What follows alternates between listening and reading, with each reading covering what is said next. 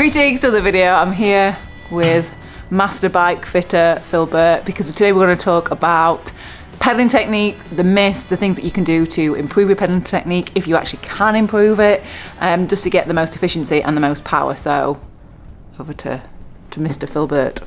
The guy who's meant to know. You do know. How many, just quickly, how many Olympics, how many Tour de France's? So I went to 3 Olympics, very lucky to do that, and God knows how many World Championships track, and then I helped set up Team Sky for the Tour de France. And you've worked with like pros like Bradley. Yeah, Bradley, Mr. Hoy, Geraint Thomas, Vicky Pemberton, all those, So you are the man who knows this. You do know it. Okay, I know what doesn't work.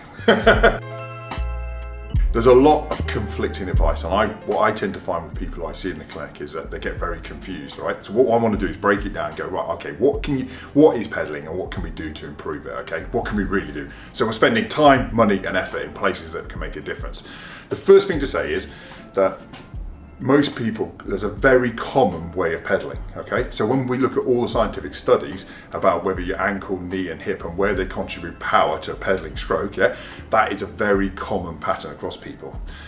Let's take it back and break it down a little bit more. Pedaling is just a task, So it's the same as me or you jumping over a box, right? But we all do, the task is to move the pedal and produce forward motion.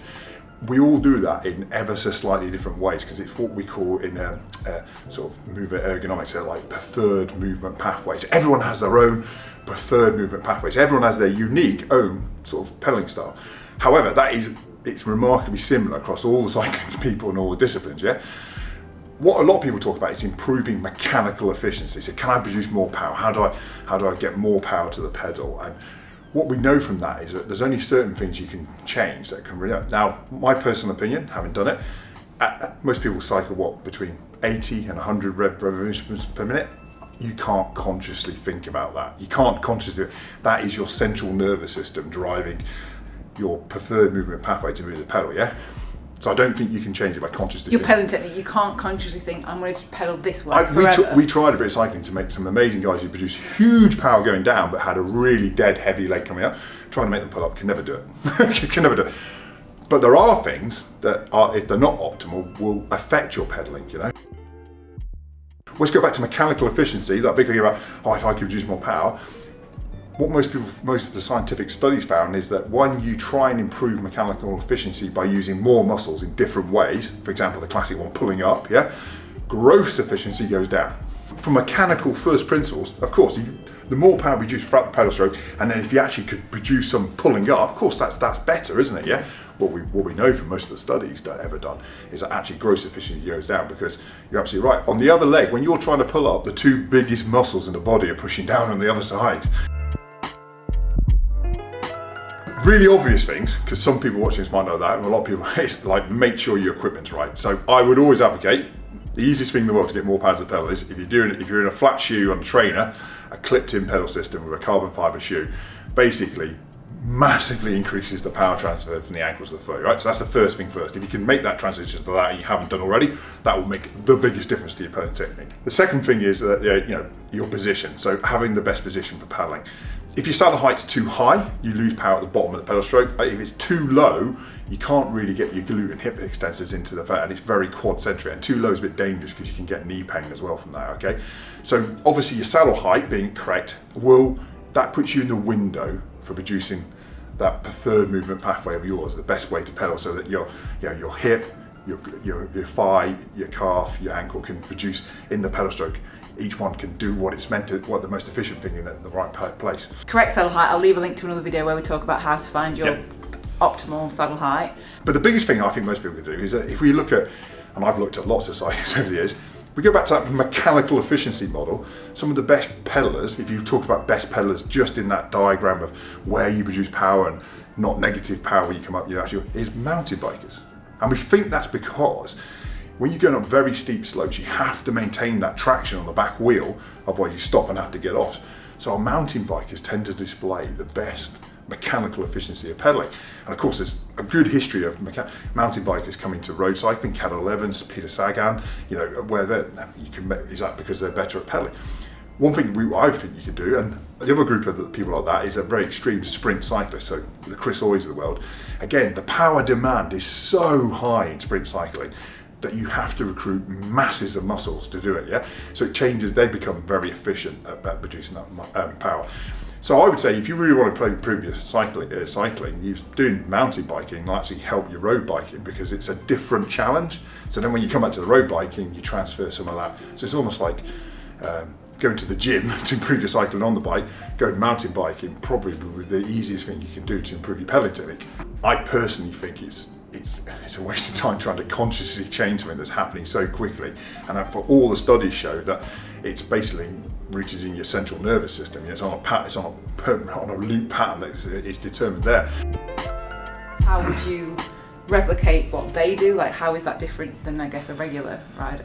That's a really good question. One thing I would say to them is that the biggest thing you see with pros is that they don't have huge negative power in their bike. Not many pros I know will ever have huge negative power. When I talk about that, it's like almost like a heavy leg coming back around the pedal stroke. So rather than thinking of pulling up, think about getting the leg out of the way, if that makes sense.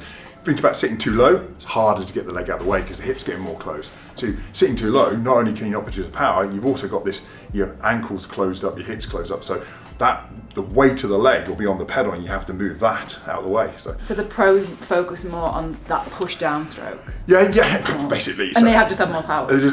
I think if you pedal more enough, you get better at pedaling. And I think, for example, Bradley, he was classically, people always used to describe him like a beautiful prancing white Spanish horse. Yeah, some people talk about very toes down. And you see other people though, plenty of pros that talk about, and they'll be absolutely ankle locked out, heel all the way down. They're all in the same bike race at the highest level. So there are different preferred movement pathways. I think what a lot of people get confused with pedaling is that's the motion analysis at the end. It's the outcome. How you arrive there can be quite different. Yeah? And from my experience is it's consciously hard to change that, but you can definitely make it better by making sure your equipment, your setup is better. The environment that you pedal in, if that makes sense. With those differences, like with someone has their toes dropped or their heels dropped, there's no right or wrong. No, and I for one would say that is very, very hard to change because it's hardwired into you. If you drop your heel, it might be because, relatively speaking, you have more flexible ankles. So remember, below the knee, we don't really generate power. It's the thigh and the glute, your hip, that generate the power. Below the knee, it's the job of the calf, ankle, and foot to transfer that power. So some people, in terms of that, they will go into what you call a bony lockout position. So they'll go into a very dorsiflex position, heel right down, and that's locked then, and then they can get the power to the pedal. Yeah. But if you're that well developed and physically and muscularly attuned that you can do it this way, they'll do it that way.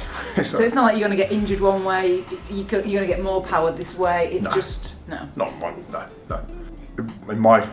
In my exposure in elite sport, what you tend to talk about is often with things called what it takes to win models. So we used to look at a medal and go, what do we need to win that, right? So let's take that what it takes to win model for pedaling and go, what is the evidence that we can consciously tell someone verbally, if I say, Katie, I want you to put your heel down, does that work?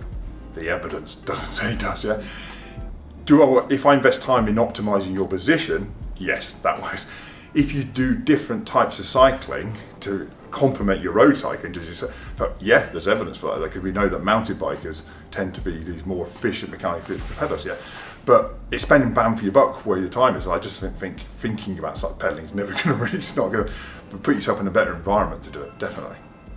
Phil, you are incredible. That was so, thank you so much. That's all right. And if you need any more tips or advice, I'll leave Phil's details below. Oh, yeah. Any suggestions for videos? Sorry. Well, any other? I'll just cut you straight out. Oh, sorry. I was like that. Any other suggestions for videos? Let us know. We'll do any videos that you want on Bike Fit. Yeah. Yeah?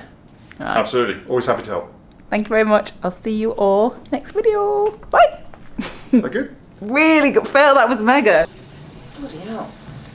Oh, God, I can't even... You're in the smallest gear. Yes, I'm panicked. It's like being in the BBC. I'd show you the bottom, but they're absolutely filthy. Look at the state of how filthy they are.